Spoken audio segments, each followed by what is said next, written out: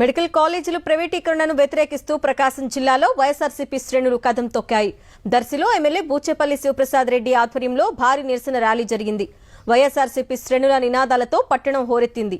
ర్యాలీలో పెద్ద ఎత్తున కార్యకర్తలు పాల్గొని మెడికల్ కాలేజీలను ప్రభుత్వమే నిర్వహించాలని నినదించారు. 2000 కోట్లు కేటాయిస్తే మెడికల్ కాలేజీలన్నీ పూర్తవుతాయని ఎమ్మెల్యే బూచేపల్లి శివప్రసాద్ రెడ్డి అన్నారు. పేదల పట్ల, వారి ఆరోగ్యం పట్ల ముఖ్యమంత్రి చంద్రబాబుకు ఏమాత్రం చిత్తశుద్ధి లేదని మండిపడ్డారు. తక్షణమే ప్రభుత్వం నిర్ణయాన్ని మార్చుకోవాలని డిమాండ్ చేశారు.